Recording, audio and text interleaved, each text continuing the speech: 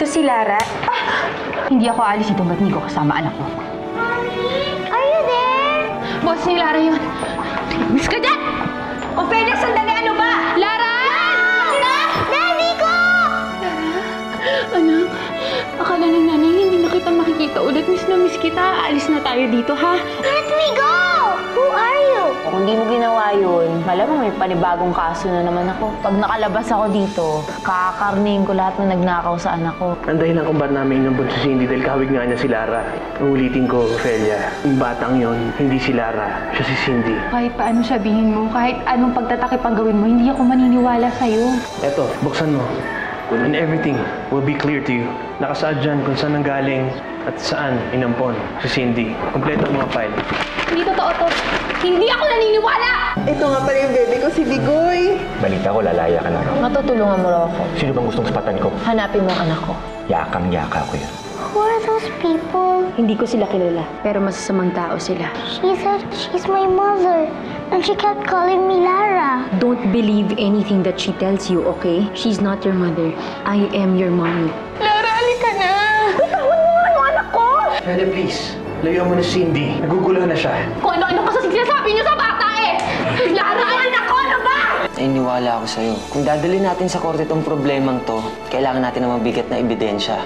May naisip akong ibang paraan para lumabas ang totoo. Anong paraan? Paano? Ophelia, anong ginagawa mo dito? Wala akong pakialam sa papeles na hawak mo. Leandro, may mas higit na magpapatunay na si Lara at si Cindy ay isa. Gusto ko magpa-DNA test kayong dalawa ni Lara. Payag ako, pero sa dalawang kondisyon. Ako hahanap ng doktor. At pag lumabas ang tunay na resulta, hindi ka nahabol uli sa amin ni Bessie. Ophelia, take it or leave it. Ikaw ang pumunta dito. Ikaw may gustong patunayan. Ikaw may kailangan. Hindi mo lalapitan ang anak namin. Alam ko yun, Leandro. Kaya simulan na natin ang test. Gusto ko na malaman kung ano ang totoo.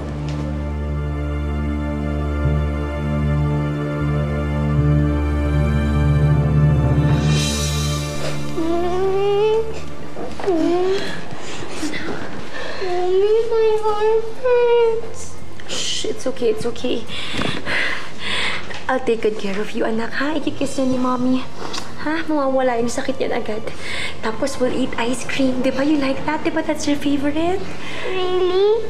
Sige po, Mommy. But pwede po bang subuan mo ko? Kasi my arm hurts eh. Of course. Oo naman, anak ko. Han, sa labas na lang siguro kami maghihintay. Let's go, anak.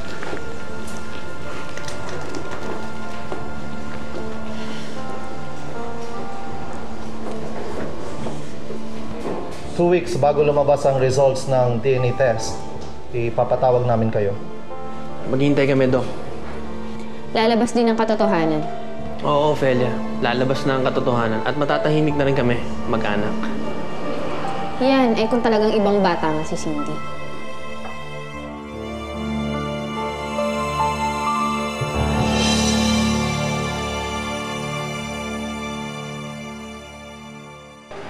Janet Perez! Lumabas ka na dyan.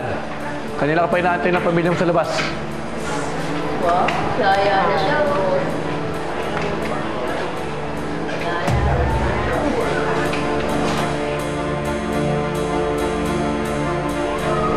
Uy, laya ni Bossing! Ingat, Bossing! Sa labas ka naman maghasik ng lagim. Laya ka na! Humanda kayo, Bessie, Leandro, Ophelia. Hindi na ako malalaman. Kayo naman ang iisahan ko. Babawiin ko ang anak ko. Magkamatayan na.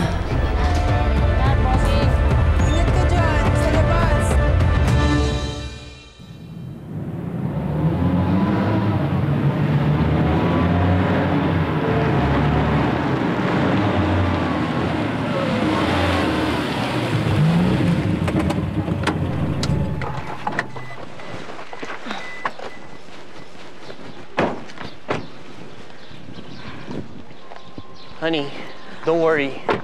Tomorrow I'll talk to Dr. Cheng. Sigurado maintindihan niya tayo. Anak, go get your ice cream inside. I'll just follow, okay? Siguraduhin mo hindi lalabas ang totoo. Masyado na tayong maraming ginawa para itago si Cindy. Ayokong dahil lang sa maliit na lapse na ganyan, mawala sa atin ang anak ko. Yes, Bessie. Gagawin ko ang lahat para maprotektahan natin ang pamilya natin. Tsaka si Cindy.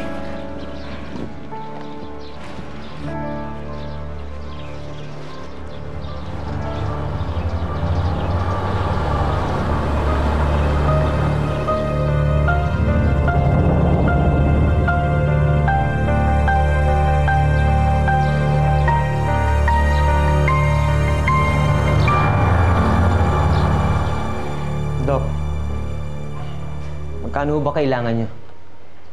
Kakabastos naman yung ginagawa mo. Let me be clear about this. I'm a doctor and I don't accept bribes. No matter what happens, I'm not going to change the results of the DNA test.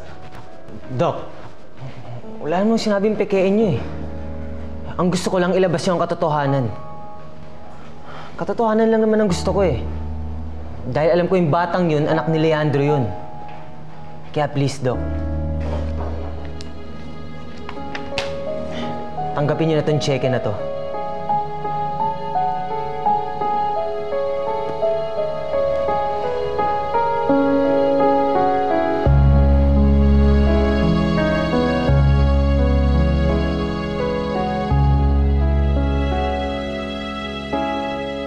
Ngayon ba talaga araw ang dating ng ate mo?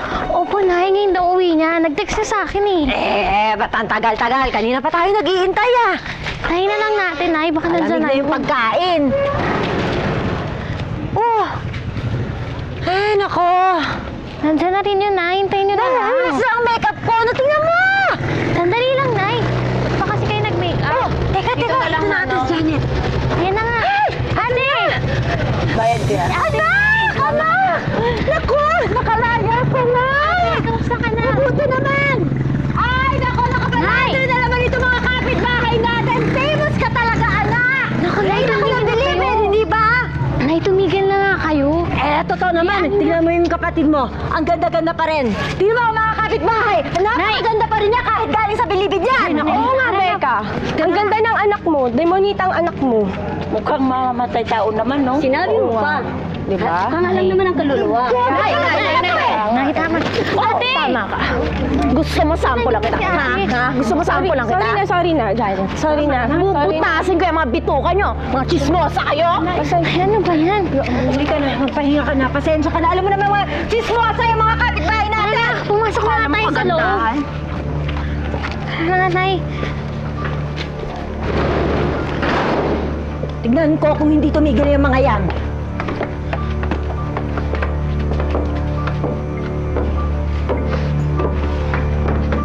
Ano, gutom na ka na ba? Halika, kumain na tayo. Ang lapit-lapit nilang dalawa, Nay. Pagkatapos, nilambing pa nila. Kapag natatakot nga yung bata, kay Bessie kagad siya tumatakbo eh. Si Bessie nagtatahan sa kanya. Si Bessie mayakap sa kanya. Ganun talaga, anak. Matagal na lang kasama si Cindy. Kaya naging malapit sila dun sa bata. Pero, Nay... Hanggat hindi natin napapatunayan na si Lara ay si Cindy, wala naman tayong magagawa eh. Ano ba naman ang habol natin sa kanila?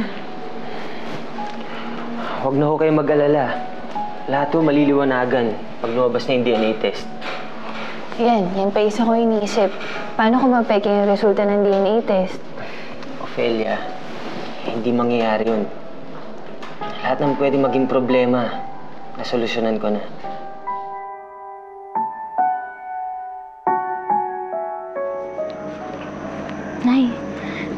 Nay, sino yung kausap ni ate? Hindi ko alam. Kaibigan niya ata dun sa koral. Alam mo naman yung ate mo. Social people, di ba? Miss Friendship. Nay, mukhang masamang tao yan ah. Ito naman, judging ka na laman. Mukhang sa gano'n lang. Pero hindi naman siguro masamang tao. Tumutulong ang ata yan sa ate mo para kunin si Lara. Ano nakuha mo? Ang sabi ng hardinero doon, matagal na nakabalik ang mga akwar. Kasama nga yung bata nila. Cindy. Cindy ang pangalan. Cindy? Lara ang pangalan ng anak ko. Yun ang sabi ng source ko eh. Walang Lara doon, Cindy lang. Teka, sigurado ka bang nasa kanilang anak mo? Oo. Bago ako umalis, na kay Bessie daw yung anak ko. Pero syempre, tinatanggi ng gaga. Yan ang drawing ng babaeng kipungasahan niya. I know this face. This annoying face, I know. Wala sa akin ang anak mo. Heto ang mukha mo. Ikaw ang kumuha kay Lara sa airport. Kaya sigurado akong nasa kanilang anak ko. Lagot sila sa akin kapag nalaman kong pinabayaan nila si Lara.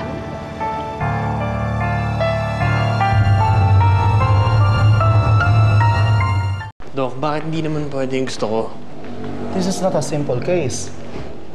Alam mo na may sinumpaan akong code of honor and I cannot go against the very ethics of my profession. Pero, Dok, I'm sorry, Leandro. Hindi ko kayang pikayin ang results ng DNA test. hindi talaga pwede lumabas ang katotohanan. Kaya nga kayong kinuha ko eh. Dahil pinagkakatiwalaan ko kayo. I know that, Leandro. Marami rin naman akong pabor na ginawa sa inyong dalawa ni Bessie, but this time, hindi ko pwedeng ibigay sa inyo ang gusto nyo. Hindi ko pwedeng ibahin ang results ng DNA test. Doktor! Doktor! Mommy? Yes? When are we leaving? Anak, ang sabi kasi ng daddy mo, wag na daw muna. Sana mag-change ng mind si Daddy. I don't like it here. Tsaka, I'm scared of that woman eh. Anak, don't be scared. Hindi na siya makakalapit sa'yo, okay? Daddy and I will make sure of that. Ha? Huwag ka nang matakot. Mommy, I'm scared kasi... Ayan o. Yan yung Cindy na sabi ng hardinero. Ugo ka pala eh. Yan ang anak ko. Yan si Lara. Lalapitan eh. Yun yung sabi ng informant ko eh. Wala namin yun ang paraan. Ha? Let's go. Maganda ang anak mo ah. Mana sa'yo. Wala pa rin siyang pinagbago. Parang hindi lumipas ang 1 taon. Ano? Kidnapin na natin to? Magaling ako mandagit ng bata.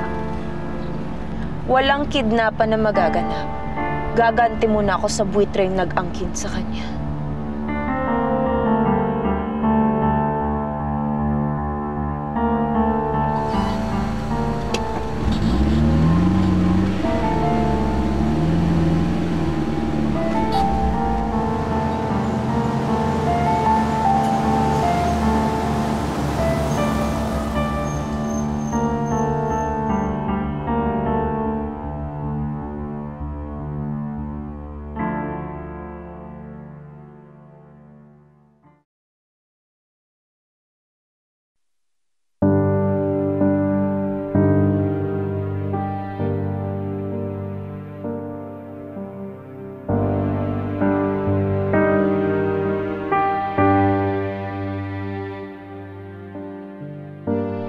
Mukhang kinakabahan ka, Leandro.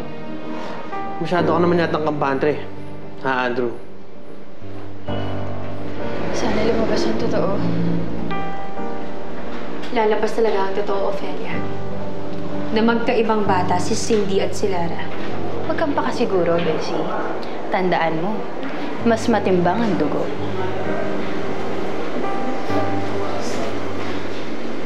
Leandro, is everything okay?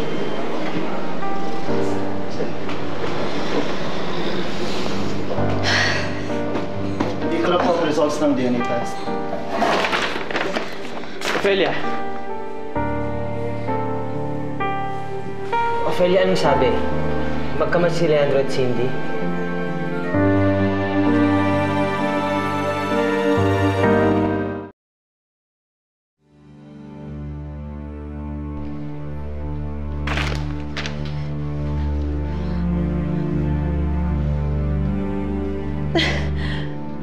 Negative ang results. Hindi magkadugo si Leandro at si Cindy. Han! Ophelia! Hindi totoo to. Paano nangyari? Tama ka nga, Ophelia. Mas matimbang nga ang dugo. So siguro naman, enough proof na to para sa inyong dalawa. Para maniwala kayo na magkaibang bata si Cindy at si Lara.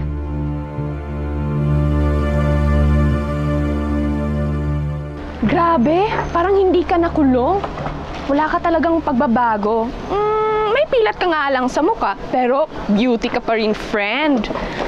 Buti no, hindi ka napatay doon. Uso kasi yung rambulan doon, di ba? Alam mo, sabi nga nila, ang nasasamang damo, matagal mamatay. Tsaka hindi pa ako pwede mamatay. gaganti pa ako. Katakot ka naman. Nagbago ka na nga. Sa labas, hindi. Pero sa loob. Demonyo. Yun ang sabi ng mga kapitbahay. Siguro. Ewan ko. Wala akong pakialam. 2 bagay lang ang mahalaga sa akin. Ang anak ko at ang paghihiganti ko. Pero, bakit ka ba nagtitinda pa dito? Nakikita ka ng mga tao. Hindi ka ba natatakot na malaman nilang nakalaya ka na? Alam mo, mas paghihinalaan ako pag nagtago ako. At saka, mas maganda ang laban kapag harapan. Ay, nako. Tsemo, Alam mo, bilisan mo dyan kasi ang bagal-bagal mo kumilos. Para may bonus tayo. Kailangan mo nante.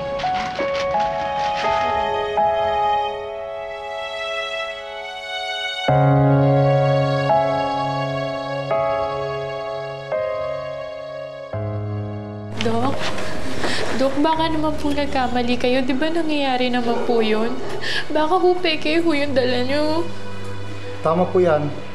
Mrs. Almasan, against po sa rules naming mga doktor ang mag-tamper ng results o magpeke, especially kapag DNA test results ang pinag-uusapan. Lahat po ng nakasulat sa dokumentong yan ay dumaan sa masusing examination at galing directly sa aming laboratory. Dok, kung ulitin natin, baka... Kahit ulit-ulitin natin yung test na yan, iisa lang ang resulta ng lalabas dyan. Hindi ko anak si Cindy. At magkaibang bata si Cindy tsaka si Lara. Ophelia, siguro naman tutupad ka na sa usapan. I don't want you near my daughter ever again. Matatrauma lang ang anak ko kung lagi ka nakapaligid sa amin. Kaya pwede ba? Patahimikan mo na kami. At tanggapin mo na patay na si Lara.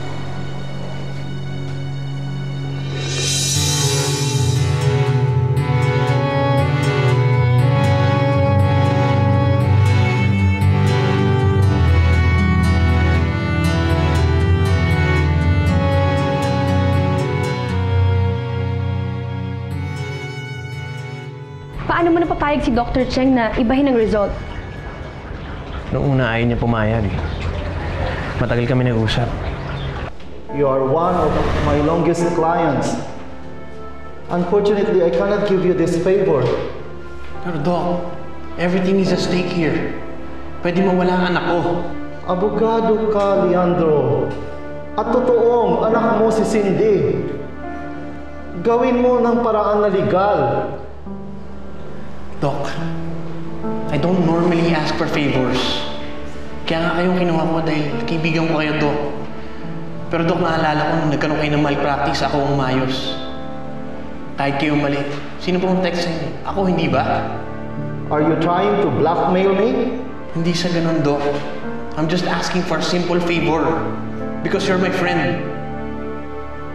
Hindi siya nangako na i-ibahin yung results. Ang sinabi lang niya, he'll see what he can do. Kaya kanina, hindi ako 100% sure kung iibahin niya yung mga results. Oh my gosh! So ang ibig mong sabihin baka mamaya nag-backfire pa sa atin ang lahat? Mabuti lang din dahil kung lumabas yung katotohanan, lumabas yung totoo, hindi ko lang alam kung ano magagawa ko. Ay nako. At least tapos na yung problema na yan. Hindi na tayo guguluhin ni Ophelia. Finally, we can have our peace and quiet.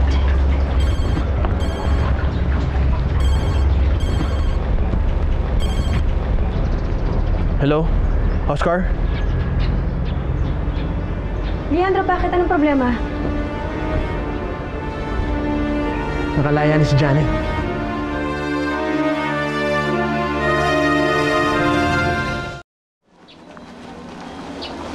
Ako bang hinahanap mo? Janet, anong ginagawa mo dito? Mukhang ako nga. Ang gwapo mo pa rin, Leandro. At ako maganda pa rin. Bagay pa rin tayo. Paano ka nakalaya? Ayun, umurong yung testigo. Kaya labas ako kagad. Janet, Namiss kita. Namiss mo ba ako? Namiss ko rin si Lara. Janet, nakikiusap ako sa'yo. Huwag mo naman kaming guluhin. Ako rin, ayoko ng gulo. Actually, naghahanap ako ng panibagong asawahin. Yung mayaman na foreigner.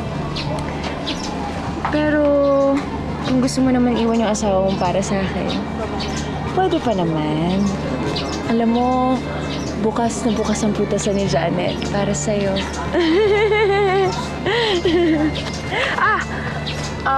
Nga pala, hindi mo na kailangan i-deny na wala sa'yo si Lara. Kasi wala na akong pakialam sa kanya. Ang kinuha, bawal nang isole. Kaya, sa'yo na ang anak ko.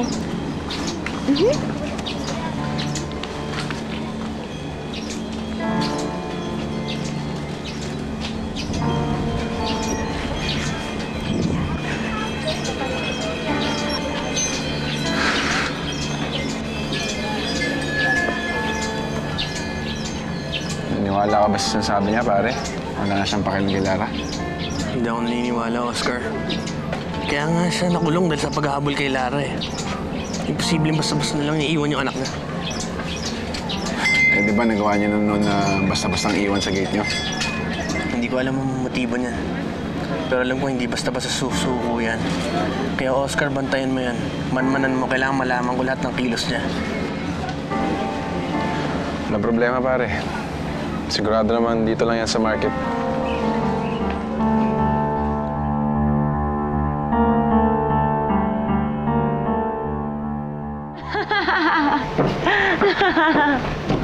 Okay ka, Janet, ha? Gumaling kang umarte sa bilibid. Ate, bakit mo ba sinabi na wala ka ng pakialam kay Lara?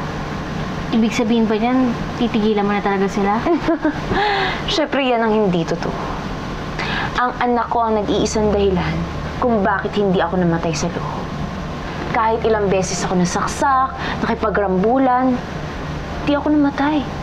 Si Lara ang nag-iisang rason kung bakit pinilit ko makalaya. Kaya hindi ko basta-basta bibitawan ang karapatan ko sa anak ko.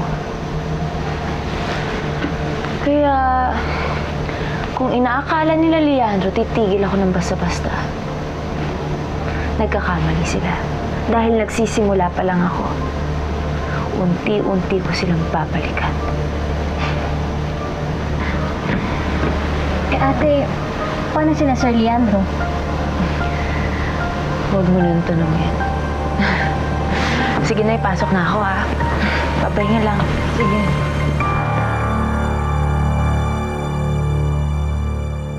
Akala ko pa naman wala na tayong problema, pero ngayon mas malaki pa. What are we gonna do, Leandro? Hindi na raw hahabol si Janet. At naniniwala ka? Imposible yon. Alam natin na gagawin ni Janet ang lahat para lang makuha si Lara.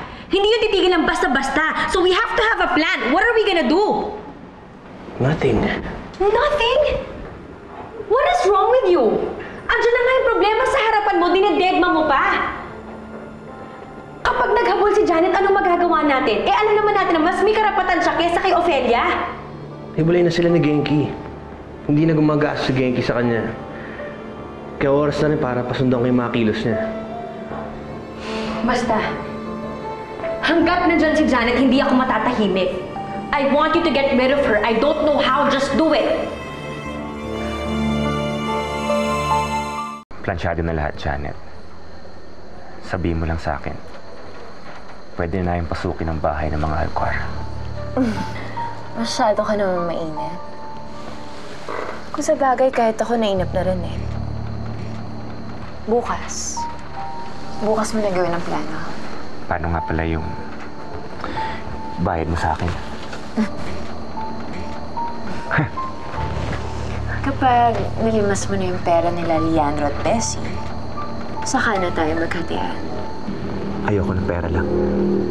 Di ba gagawin mo lahat para sa serbisyo ko sa'yo?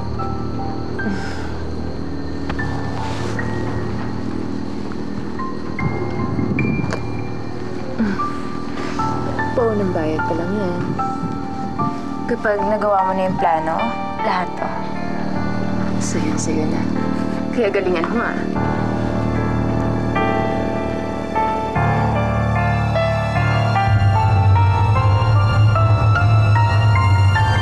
Kahit DNA test, ayaw naman ako kampihan. Wala na si Lara. Tama na, anak. Titigil na po ako. Kakalimutan ko na rin si Lara. Nagawa ko naman bago pa dumating sila Leandro. Sigurado ka walang ginagawang kay nahinala si Janet? O, wala naman. Yung usual na lang na ginagawa dito. Magbenta. Sige, gagawin ako dyan, ha? Leandro! Bessie! Nandala ako! Mommy, what's wrong? Where's Daddy? Ano na? Si Leandro bagsak na. Pinapahanap ko na lang yung anak mo. Huwag mo sasaktan ang anak ko. Kapag nagalusan yan, lagot ka sa akin. Talagang mayaman sila. Tiba-tiba tayo dito. Ano na? Success? Malapit na. Walang niya kayo nang ginawa sa mag-ina ko! Kunin nyo na lahat! Huwag nyo lang sila sasaktan! Kinuha na talaga namin lahat. Pero sorry na lang. Dahil papatayin ko kayo! Don't worry. Siguro darating na yung daddy mo. He's going to come and save us. Mama!